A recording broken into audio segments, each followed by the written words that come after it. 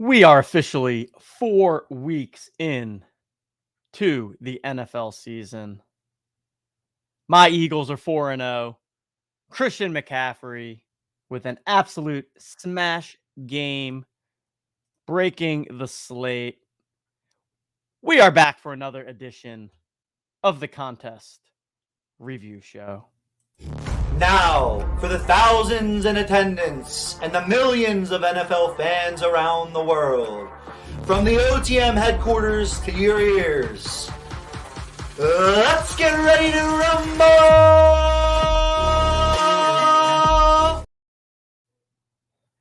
Yes. JM, everybody. We've got Sergeant Stogie, Josh Allen, Ace John, Mark, Coop, Hugo. What's going on, everybody? Welcome back for another edition of the contest review show. We're going to take a look back at the week 4 slate that was. We're going to review the results from the Rumble contest, from the Owners Club contests, and just talk through where we stand 4 weeks into the season here. I feel like a month in, definitely a good point to really be evaluating where everything is at. We have a good sense of the teams at this point, a good sense of how different players are being used, etc., etc. As always,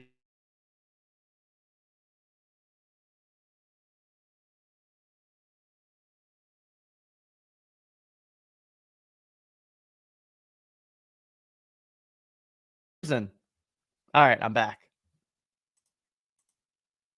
Hopefully I'm back. All right, I think I'm back. A little internet issue, it seems.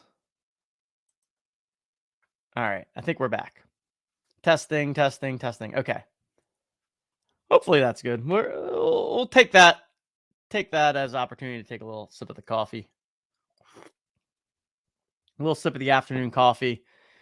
Even had the dentist this morning. Got the teeth all checked out, so we're looking good there. All right. Almost lost my train of thought, but as I was saying, if you're looking for more in-depth fantasy football analysis, you definitely want to make sure you are checking out the DraftKings football show. Justin is doing that twice a week, every single week. So on late Sunday night, early Monday morning, he does a rapid recap of the slate that was. He talks through the cash lineup that he played on DraftKings, talks through some of the edges that he's seeing, specifically in contest selection. So if you're playing on DraftKings, definitely check that out. Justin has a lot of good thoughts there on how to make sure you're optimally kind of allocating your funds every week based on which contests you choose to enter. Again, DraftKings football show. You can search DraftKings Justin Herzig in any podcast store, and you will find it there. His week 4 recap is already up, and then his week 5 preview will be coming later this week. And make sure you are attending the 4 p.m. Eastern Time Town Hall happening today.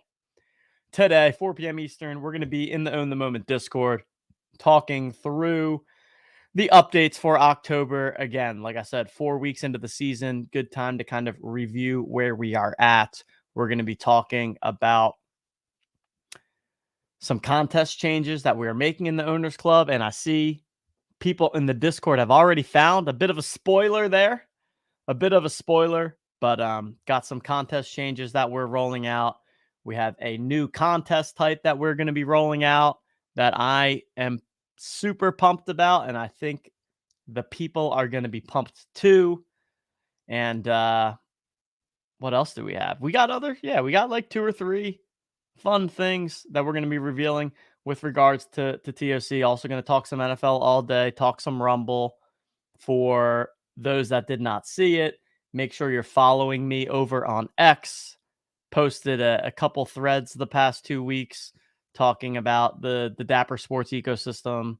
My latest thread was talking through NFL all day and kind of the current state of the market there. I also posted that same kind of information into podcast format.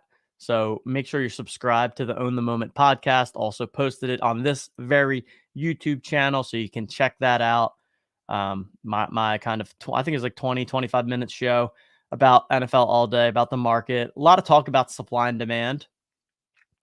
Supply and demand certainly has been a topic of conversation in this space pretty much since the beginning, continues to, in my opinion, sit at the core of a lot of the market ecosystem sustainability issues that we're seeing. So I talked through all of that in detail on that show. So check that out. And like I said, make sure you are attending the town hall today. And we got poker tonight. We got poker tonight at 8 p.m. Eastern time. The top 18 people are going to win prizes. What are the prizes going to be? Well, you got to tune into the town hall to find out, because it's a secret.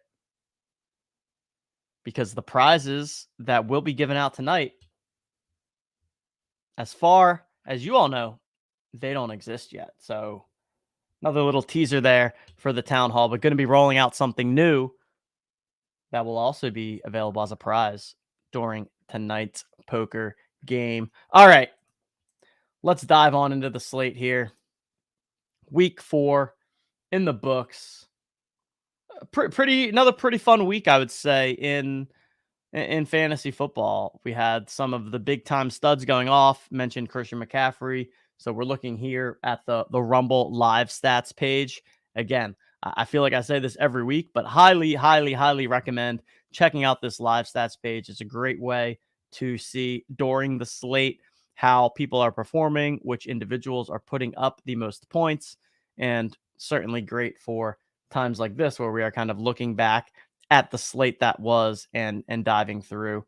But can see, with Christian McCaffrey, AJ Brown, go Birds with a big game there. The Josh Allen, Stephon Diggs stack putting up a huge game against Miami there. And man, Puka. How about Puka Nacua? Puka Nacua, man, who has gone from being someone who was like essentially irrelevant before the season. No one even knew who this guy was. He wasn't being drafted for the majority of the summer. The Cooper Kupp news come out. He starts to get drafted as a late rounder. And he's a bona fide, top 5 receiver in the league fantasy wise. Cooper Kupp is coming back, so we'll see how that impacts his role. At least I think Cooper Kupp is going to come back at some point. But in the absence of Kupp, Puka, absolute stud. Anthony Richardson also absolute stud. He's been putting up massive points every single week, and half the time he's getting injured in the middle of these games and not even finishing the game, and he's still putting up massive points. And look at that, another huge game from the Dallas DST, Dallas defense, absolute beast. Seems to be someone that you are going to want to be considering every single week. And then Seattle defense also coming in ahead of them on the Monday night game, because man, the New York Giants are pretty brutal. Pretty brutal. Apologies if you are a New York Giants fan out there, but that ain't it.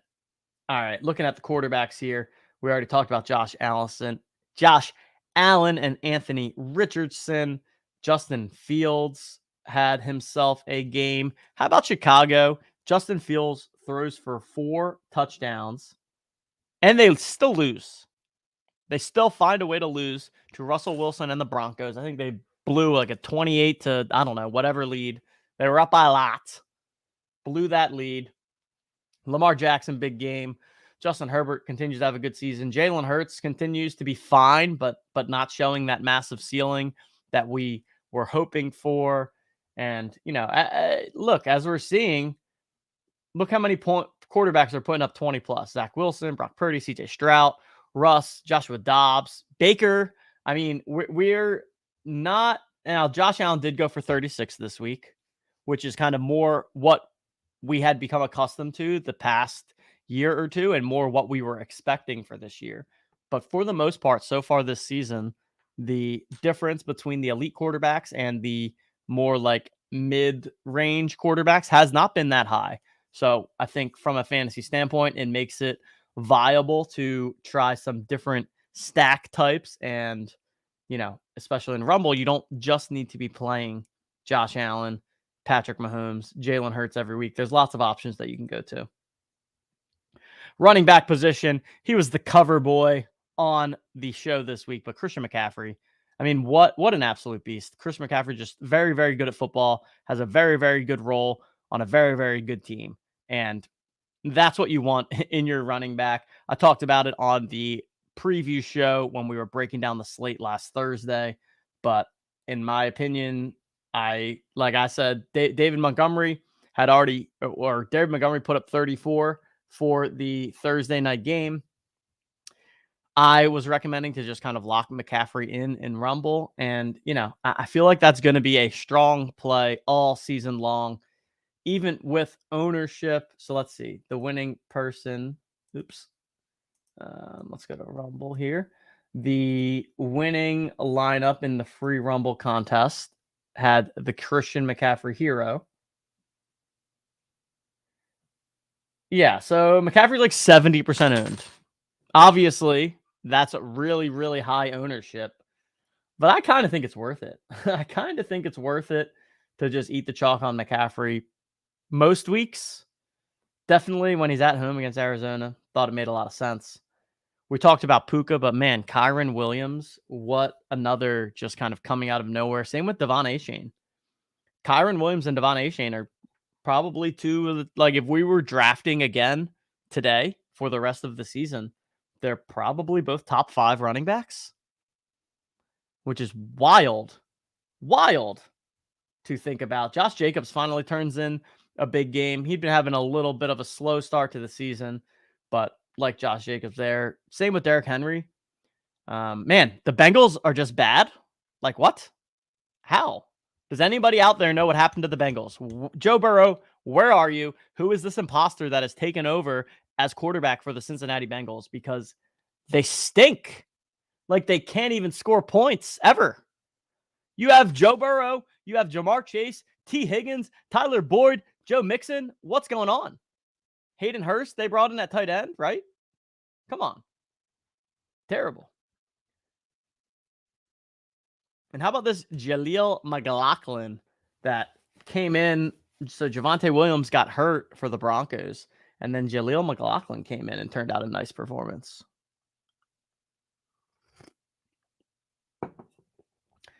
So there's the running back breakdown. Pacheco also with a nice game, noted there.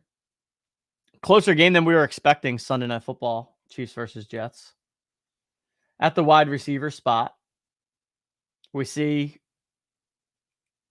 a kind of a mix here between some extreme alphas, A.J. Brown and Stephon Diggs, alphas, Puka, newly minted alpha, and then you've got some more, Justin Jefferson, obviously alpha, but then look at this. I mean, we got Nico Collins in there, we got DJ Moore, Michael Wilson with a big game, Ayuk. So, these elite wide receivers just have all the upside and a really great chance to score 30 plus any given week in full PPR formats. But, look, you can get there with some of these other smaller, cheaper guys as well and get some leverage in the process. Tight end position, Cole Kmet with 27 points. What? 27 points from Cole Kmet. Never have I ever imagined that would happen. But there we have it. Top of the board. And again, I mean, like we talked about Justin Fields, DJ Moore, and Cole Kmet all with smash games, and they still lost. Just pretty impressive stuff. Mark Andrews, been solid this season, puts up a monster game. And this is kind of the trend that we are seeing with Travis Kelce this year. Like last year, it was, hey, Kansas City tight end card, Travis Kelce in Rumble every single week. Have to play it. Need to play it, right? Not even just projected to be the best play every week, but like actually scoring the most points pretty much every week. And that has not been the case so far this season. Maybe he's distracted by Taylor Swift. Maybe he's getting old. Who the heck knows? But for whatever reason, Travis Kelce has not been the mega elite Travis Kelce that we have become accustomed to. It's only 4 weeks, so, there's certainly some noise in there. He's still the person that myself and I think everyone else would take as the number 1 tight end if we were drafting today. But I definitely think that Mark Andrews in particular has closed the gap between himself and Kelsey. And I mean, like every week now, look at all these guys putting up, 10, 11, 12 plus points. Look at this. All these tight ends putting up 10 plus points. This was not happening last year. Last year, it was literally like 3 people would get more than 10 points, and the tight end position was seemingly just like irrelevant. But yeah. So I think tight end, again, given the things we just talked about, number one, given that Kelsey is not seeming to be as extreme of a factor as he used to be, or as much of a separator from the field as he used to be, and given that we're seeing these random tight ends pop off for big games, I think from both a Rumble and TOC perspective, that the tight end position is one where you can try to get unique. So, I think from a high level strategy standpoint, if I was playing the game, I would be looking to eat the chalk and play the elite players at the running back position, your Christian McCaffreys, getting them in there, knowing that you're getting the volume. At wide receiver, I'd probably play 2 of the studs every single week and then take the third one, pair it up with my quarterback, maybe have a flex wide receiver that is a quote unquote run back of your quarterback stack to get you a full game stack. And then tight end, I think you can get creative and try to differentiate yourself from the field from an ownership standpoint at that position.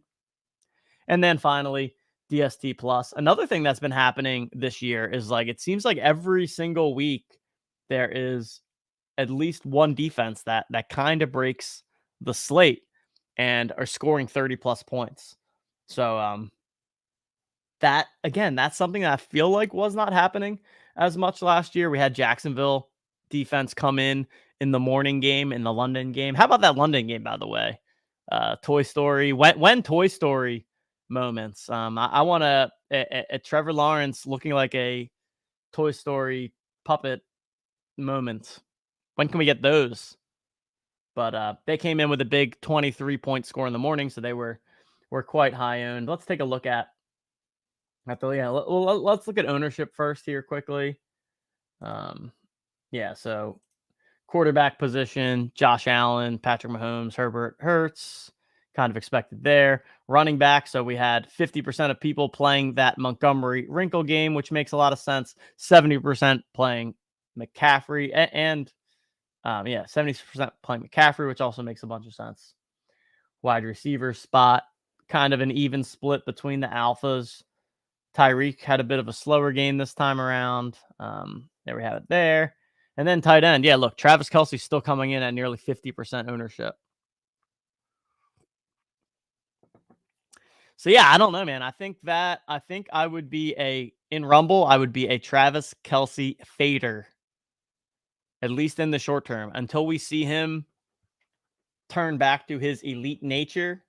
It doesn't seem like you're losing out on a ton. And I mean, if you can get any of these other guys, look at that.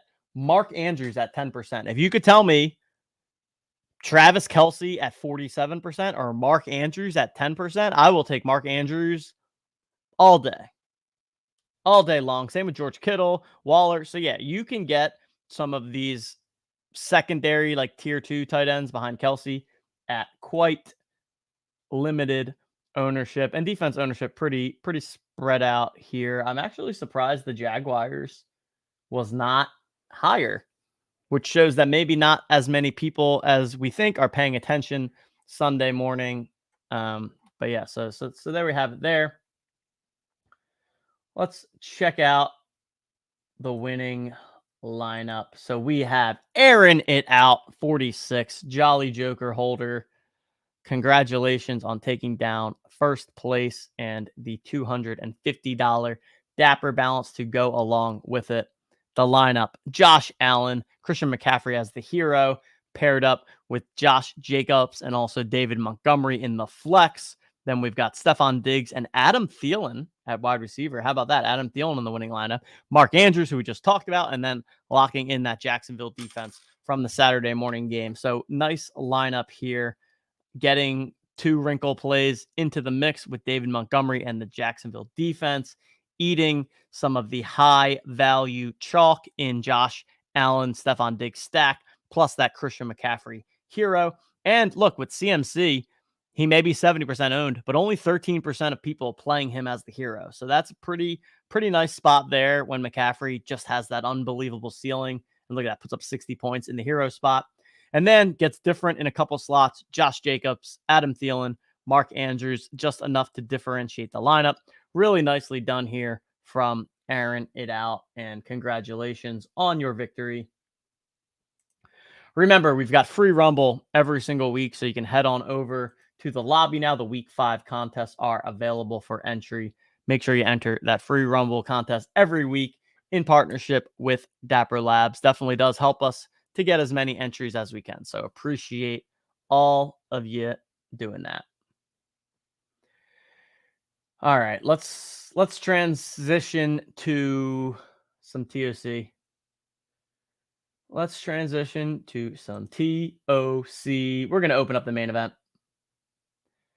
And the kid 456, Jolly Joker holder, takes it down. Giant Hammer, Ace John, Sergeant Stogie, all finishing in the top 4, 3 Gold Club members, and 3 people that we've seen become regulars on the leaderboard here. So shout out to all of those guys.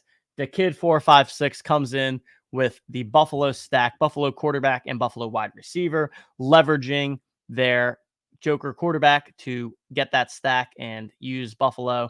We've got San Francisco running back, of course, and then the Dallas defense and the Kansas City tight end. So yeah, I mean, look, pretty chalky lineup in terms of playing the best plays. But the thing about TOC is that there's really, with the way that card ownership works, like look at this, even San Francisco running back is only 10% owned, right?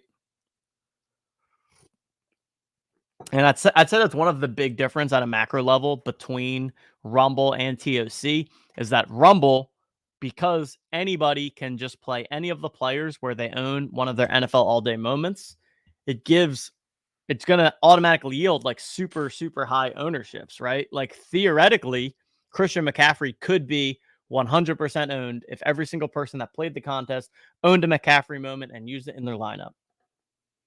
And so that results in the stud players being 50% plus owned every single week. Now, in the Owners Club, that is not possible, right? There are not enough San Francisco running back cards in circulation for them to be 100% owned. Literally not possible. Not only is it not possible to be 100% owned, but it's probably not possible to be much more than 15% owned, right? I mean, let's look at ownership here and see what even the highest owned cards were. Yeah, so San Francisco running back was the highest owned card in the entire main event contest, but it was still only owned at 9.95%. So I think what this goes to show is that I don't think you need to worry about ownership at an individual card level in TOC. What you should focus on more is the combination of players that you are using and just being aware how likely that combination is to be duplicated by somebody else, right? If you're playing the 5 best plays at each position, you can utilize that strategy. I don't think it's a bad strategy at all, but you want to make sure that you have a low serial total if that's what you're going to do. And I think that's how I would be thinking about TOC in this case. So there we have the kid. Giant Hammer was in the lead for the majority and for a while looked like he was going to take it down. But Christian McCaffrey came in with that big afternoon game slate. And that's really what broke things open as soon as the San Francisco running back surpassed the Detroit running back, which again was that wrinkle play, kind of broke the slate wide open and really changed things around. So Giant Hammer, nice showing there, coming in second place. We've also got Ace John and Sergeant Stogie, who looks to have played the same lineup. Buffalo quarterback with Buffalo wide receiver, and then Detroit running back, Kansas City tight end, Jacksonville defense. So you can see the utilization of the wrinkle here, using Detroit running back and Jacksonville defense, locking in those points, then adding the high upside Buffalo stack quarterback wide receiver, rounding that out with the top tight end in Kansas City. And there we have it. Nice constructions there from those guys. Nice lineups. Let's look at the low ball next. Always fun to check out the low ball. As Ace John says in chat here, Komet and Arizona wide receiver, low ball lineup killers. Yeah, that's a couple times now where some of the cards that we would expect to be the worst, right, and expect to be more viable in low ball than in something like the main event has not come to fruition. All right, Pepperman 21, Jolly Joker holder, comes in first place in the low ball with Coops, boys. Pitt quarterback, Pitt wide receiver, combining for less than 12 points. Hate to see it. 2.5 from Green Bay running back, 4.1 from the Miami tight end, and 2 from the Miami defense. So nicely done here. Pepperman scores less than 20 points overall, 19.98. Certainly a great one there from a low balls perspective. Sergeant Stogie with another top 4 here. Cleveland running back, Cleveland quarterback, Arizona running back, Baltimore wide receiver, Cincinnati tight end, Washington defense. Also, shout out to Brian W4, 6th place finish here with the Cleveland stack. Pittsburgh running back just put up a little bit too many points there for his lineup. But yeah, nicely done to everyone in the low ball. Now let's check out the side hustle. Bet the House takes it down. Yeah, so what we see in the side hustle is that the top 4 were all Buffalo stacks. So Buffalo quarterback plus Buffalo wide receiver taking it down. Bet the House with the 64 serial. My guess is that Bet the House probably enters this lineup with that 64 serial every single week. It's pretty damn tough to beat that from a combined serial standpoint. And Buffalo quarterback, Buffalo wide receiver always has that upside to take down the contest. So shout out to Bet the House there. We've got Jay Cameron Metz here, 89.1, coming in at the bottom of the Buffalo quarterback, Buffalo wide receiver. How about that?